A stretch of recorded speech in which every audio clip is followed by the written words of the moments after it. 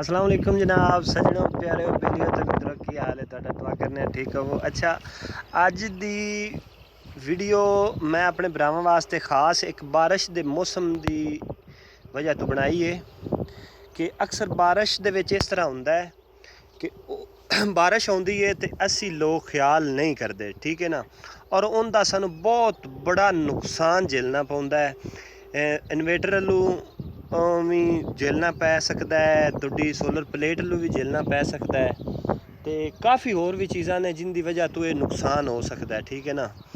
तो वो मैं अज विखाण लगा कि वो नुकसान किस तरह हुंदा है, उनदे तो बचण दा की कोई तरीका है या उनदे ते किस तरह अमल करके ते असी अपने सैट नू ठीक कर सकने हैं, ठीक है ना। अच्छा वीडियो शुरू करने सब तो पहले ए अपना प्लेटां उपर पईयां ने, ठीक है ना, छत दे उत्ते, ठीक है। अच्छा छत दे उत्ते जिस तरह ए जोड़ लगे ने, ठीक है, ए जोड़ तुसी वेख रहे हो, ठीक है ना, ए जोड़ वेख रहे हो तो ए इंदे नाल इंदा मतलब इस कार्बन दिती है, ठीक है। इस तरह अगर ये जमीन दे नाल लग जाता है, ठीक है ना, जमीन दे नाल लगेगा तो ये तुहाडा अगर तुसी अगों सर्किट चलाओगे तो उनदे विच बारिश होएगी, थल्ले नमी होएगी, ठीक है ना, उनकी वजह तो तुहाडा अपना मड्यूल नू मसला बन सकता है, इन्वेटर जिहड़ा है बैक करंट दे के तो वो प्लेटां नू भी मसला बन सकता है, ठीक है ना।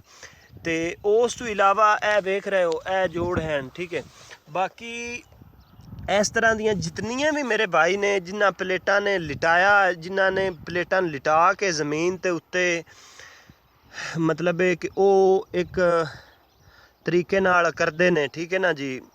पिछे इस जिमें इट्टां दित्तियां गई, ठीक है ना, इस तरह का सैटअप चलाते हैं। उन्होंने वास्ते मेरी खसूसी ये पैगाम है कि अपनी सोलर प्लेटां भी महफूज रखो और इस चीज़ का बहुत ज़्यादा ख्याल करना। अगर तुहाडी प्लेट दे विच कोई मसला हो सकता है, ठीक है ना, अगर मसला हो जाए अगों ए कटी जाए, ठीक है ना, अगर कट लग जाता है तो तुसी इनू इहदे ते अच्छी तरह टेप वाल के या कोई इस तरह की पक्का काम करना है कि जिनकी वजह तो इस जोड़ के उत्ते नमी ना जाए, ठीक है ना। जितना नमी नहीं जाएगी उतना प्लेट तुहाडी करंट भी अच्छा देगी और उनका प्लेट का जिहड़ा मुस्तकबिल है वो भी ठीक रहेगा, ठीक है ना। वरना तुसी नुकसान उठा सकते हो, इनदे विच कोई शक नहीं। अगर एहतियात नहीं करोगे तो इंशाअल्लाह ताला ये बहुत बड़ा नुकसान हो सकता है, ठीक है ना। इस तरह ही है क्या काफ़ी जगह ते ने मतलब ए सैट ने तो इनू इंशाअल्लाह ताला हुण असी कवर करन लगे हाँ। तो बाकी अल्लाह खैर रखे, धुप है तो मेरा भी रोज़ा है, तो इतनी मेरी पैगाम आई।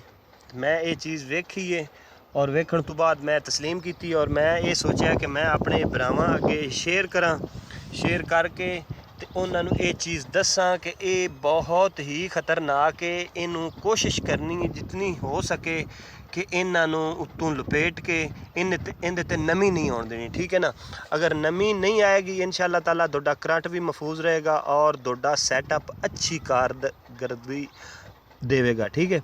बाकी इंशाअल्लाह ताला मिलने हैं नेक्स्ट वीडियो ते। अपना बहुत सारा ख्याल रखना है। साढ़े हक सिर्फ और सिर्फ दुआ यही है कि तुसी साढ़े हक दुआ करनी है, साड़ी सिर्फ एक ख्वाहिश है। अगर दोनों वीडियो अच्छी लगती है तो तुसी लाइक या कोई सब्सक्राइबर कर सकते हो, नहीं लगती तो कोई मसला नहीं, लेकिन रिक्वेस्ट सिर्फ इतनी है कि साढ़े हक दुआ ज़रूर करनी, क्योंकि सदका जारिया है। जिहड़ा चीज़ अच्छी किसी नूं दसनी या इन्फॉर्मेशन देनी वो भी बहुत अच्छी चीज़ है, ठीक है। बाकी अपना बहुत ख्याल रखना है, ठीक है।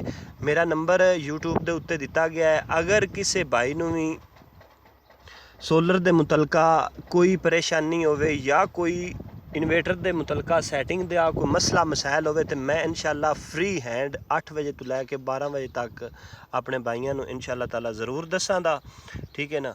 उस तो बाद मैनू इजाज़त दो, बहुत मेहरबानी, शुक्रिया, थैंक यू, नवाजिश। अपना बहुत सारा ख्याल रखना है।